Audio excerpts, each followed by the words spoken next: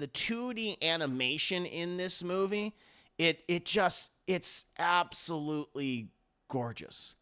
Just to see it again in a theatrical setting. This film's aesthetic harkens back to that 30s and 40s and kind of 50s era of these characters. And it's such a welcome sight. And the thing is, like, it can be gorgeous and beautiful, and you have these just immaculate backgrounds, but it can also be grotesquely beautiful. You see some horrific, monstrous stuff throughout this entire movie. It's paying homage to that era of Warner Brothers, but also the creature features, the science fiction films, the horror films of the 50s and 60s and 70s and even 80s. Like, that's on full display, but you see it in that Looney Tunes-esque way with that Looney Tunes aesthetic. This week has been rough, to say the least. And I'll be honest, I needed to see something that would lift my spirits, if you will. Something that would take my mind off a lot of stressful things. Something that not only makes me laugh, but also indulges in things that I love, in film genres and subgenres that are very near and dear to my heart, my little film heart. And that movie, was The Day the Earth Blew Up, a Looney Tunes movie. Now, I grew up watching Looney Tunes for years. Yeah, I'm a Looney Tunes fan. I remember watching a lot of the original stuff. From all the various decades, from the 1930s and the 40s, 50s, all the way up until like all those specials featuring, of course, Bugs Bunny and Daffy Duck and Porky Pig, Elmer Fudd, the Tasmanian Devil, the Wile E. Coyote and the Road. Like all of those, Speedy Gonzales. They were so great and so much fun. It's just like a slice of Americana. Those cartoons, they're just a part of film history, certainly, and television history. They're incredibly important pieces of art in American animation, and I was very privileged to be able to watch so many of those cartoons throughout my entire childhood. All the way up into my adulthood. I have a great appreciation for that material, for the artists and the directors, of course, for the voice actors who performed as these characters, and many voice actors that took over for them in the years following, the decades following. And, and various other film adaptations. Like, one of my favorite movies of all time, it's in my top 10 favorites, is Who Framed Roger Rabbit, which is a great, respectful love letter to, of course, Disney animation, obviously, many of their characters, but also Warner Bros. Animation. Having those characters, interactive Disney characters, having Bugs Bunny and Mickey Mouse in a single scene, having Donald Duck and Daffy Duck have like a dueling piano. It's incredible, right? It's simply amazing. Listen, we've gotten, and I think the Looney Tunes have definitely been mistreated over the years. There's no question, right? For every Who Framed Roger Rabbit, we got some fucking bullshit. We got some schlock, and I will say it loud and I'll say it proud. Shit like Space Jam, all right? I know my generation, those poor stupid saps. They thinking like, this is the greatest Looney Tunes movie ever. It's like, you don't understand. If you like it, okay? But it's like, you deserve better than Bugs Bunny trying to act with Michael Jordan, who can't act his way out of wet tissue paper, right? Or even Space Jam 2, which is not much better. Looney Tunes back in action, at least it's a little bit better, but it didn't measure up to the quality of so many of the original Looney Tunes shorts and cartoons and TV films, and certainly things like Who Framed Roger Rabbit, the legacy. And I think, like, over the last few years, even Warner Bros. Themselves, they don't know how to treat these characters with respect. They've had interesting shows. This latest iteration from a few years ago, which harkened back to kind of the classic 30s, 40s, and 50s era. Really, really great stuff, no doubt about that. But due to a change in leadership at Warner Brothers, there just seems to be just a general apathy towards these characters and their legacy. And it's a shame because you can still do so many things with them. And The Day the Earth Blew Up, a Looney Tunes movie, proves that. It proves that across the board. First of all, as I've been saying for a while since I've been covering this movie, which some of you might not even know this movie's been coming out. Like there's been relatively no marketing campaign since David fucking Zumbafu, as I like to call him, David Zoloff. He pretty much sold this film off and it was bought up by Ketchup Entertainment. And Ketchup Entertainment, listen, they don't have the fucking money to market their movies. And so they've only been putting out a little marketing material. It's relatively just kind of unknown, I think, to mainstream audiences. But for people that don't know about it, The Day the Earth Blew Up, it's the first fully animated 2D Looney Tunes movie to debut in theaters. And this is both amazing and I also think very sad at the same time. And one of the first new American-made 2D films that I've seen in theaters in, honestly, God knows how long. Years? I mean, I have to think about it. I'm not talking about they do re-releases for like the Renaissance era Disney films, but like I'm talking about like a new film, a new 2D American-made movie. They're few and far between, in my opinion. So I haven't seen one in years. And this film, it's everything I could have wanted and more from Looney Tunes, from these characters like Daffy Duck and Porky Pig, and just their world in general. Guys, I love this movie for a variety of reasons. First of all, to give you an idea of the plot, you have, Daffy Duck and Porky Pig. They were raised as brothers since they were babies. They were abandoned as children, and they were taken in by this very caring farmer.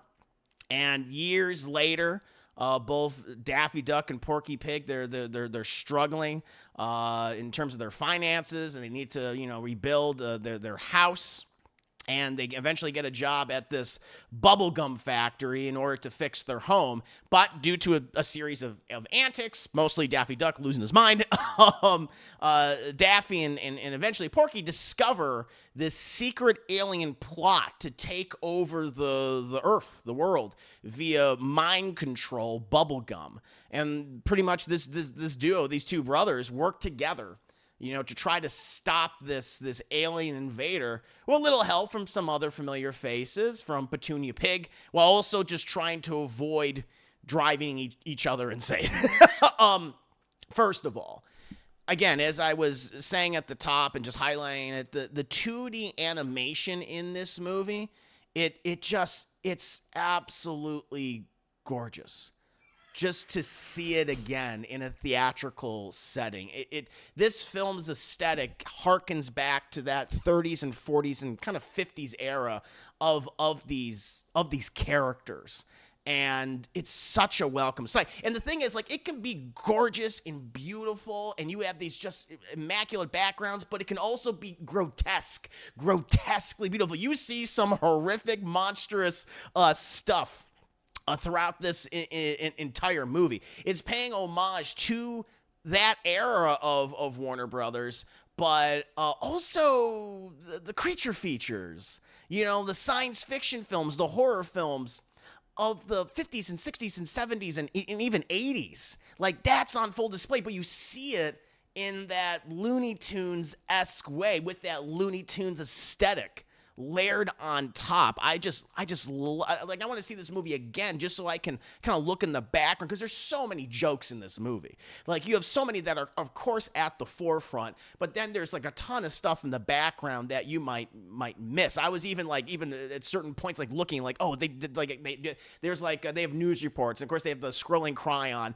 and of course that cryon has like a bunch of jokes just like in there. But if you watch it for the first time, you might miss it, which I think is just so cool. But the animation across the board is great. And even one thing which is so funny, in the beginning of the movie, they have like this one bit of animation that kind of harkens back to a little trick they used to do, like for some, in order to cut, keep costs down, they had like some characters like not move at all. They looked like almost like an oil painting, and the only thing that they had moving was like their lips or something like that. Like you've seen that before. They reintroduced that in this movie in the beginning, and they have an incredible sight gag with it that I thought was absolutely hilarious. If you watch the first 5 minutes of the movie, you'll know exactly what I'm talking about, and I thought it was great. It revolves around Farmer Jim, effectively, who's their adoptive father in the film. The voice acting across the board is fantastic. Everyone is delivering an amazing performance, especially from Eric Baza, I believe that's how you pronounce his name, who is the current voice of Daffy Duck and Porky Pig. And again, he nails just the looniness, the zaniness of Daffy. I don't think I've seen a Looney Tunes cartoon where Daffy is going absolutely bonkers as much as I've seen in this movie.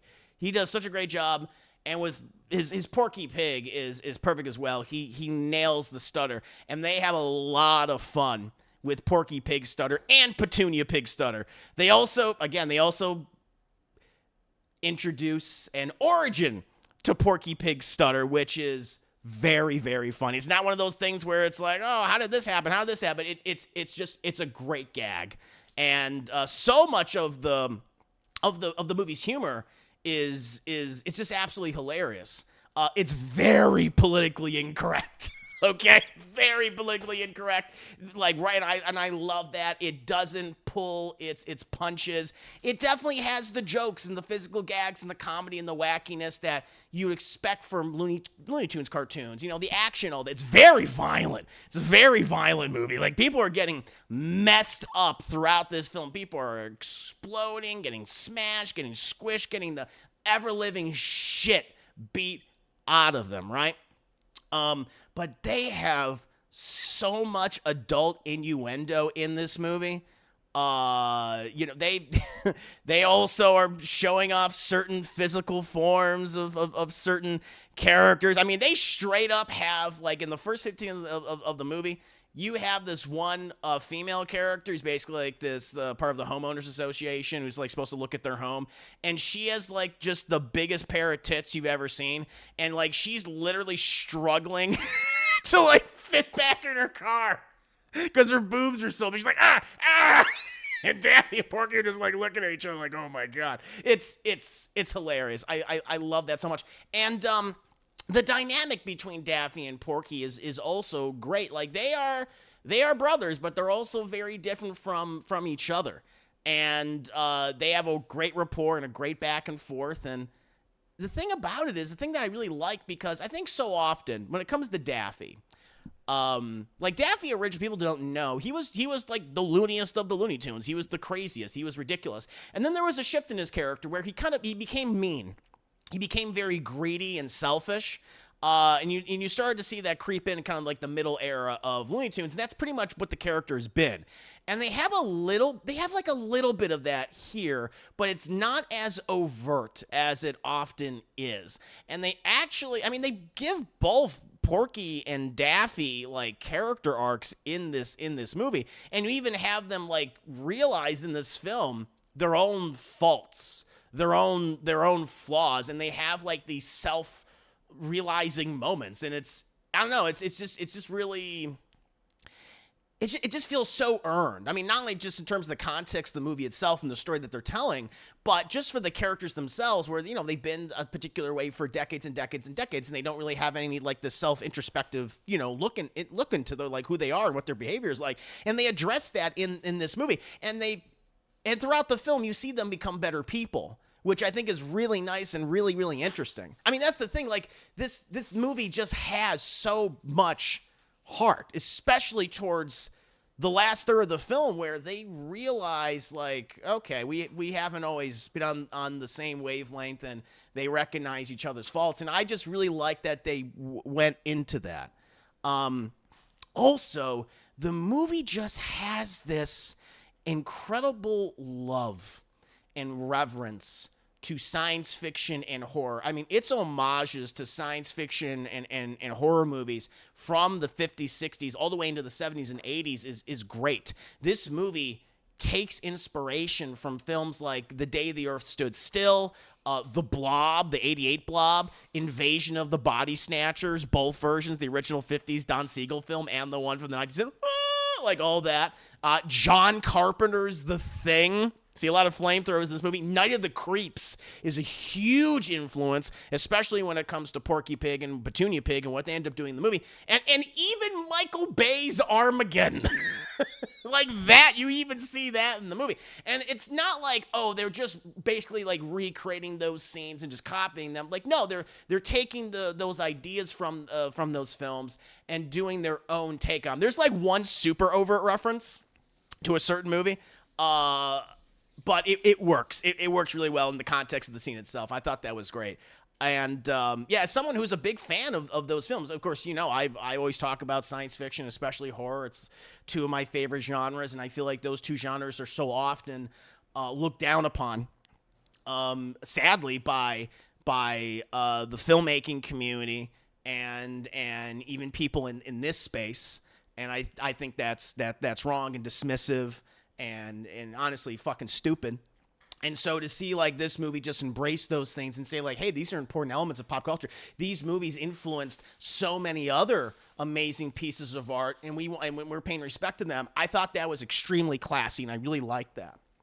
I mean, when it comes right down to it, the film is just great across the board. And what saddens me is that seemingly no one is seeing it.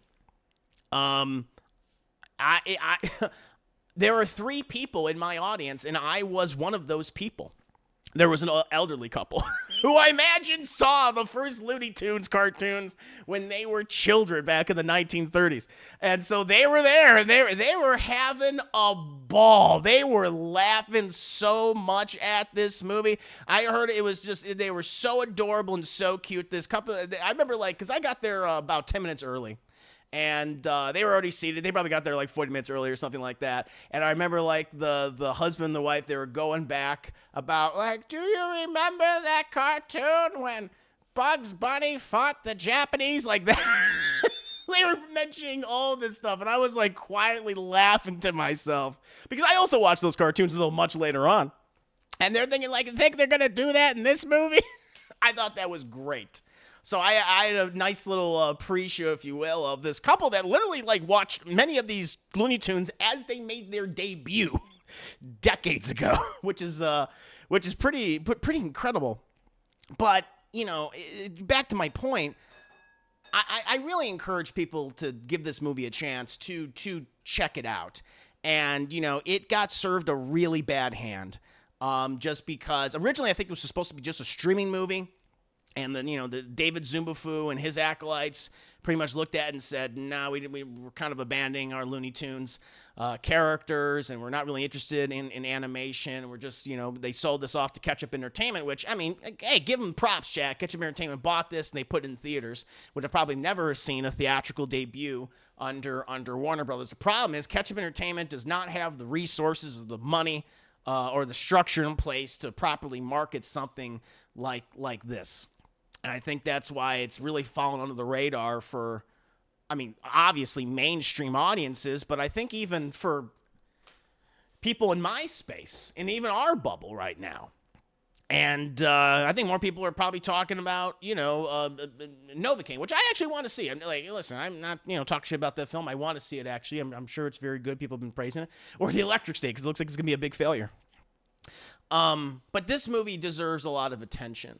And I just really encourage you guys to check it out. You know, it certainly improved my mood after a week of consistent and frustrating bullshit. You know, get a little loony with me and go check out The Day the Earth Blew Up, a Looney Tunes movie. I don't think you're going to regret it. I think you're going to find a lot of love for this film, and you're going to have a lot of respect for what it's doing, and the fact that it's just an American 2D theatrical film. We just don't get those anymore.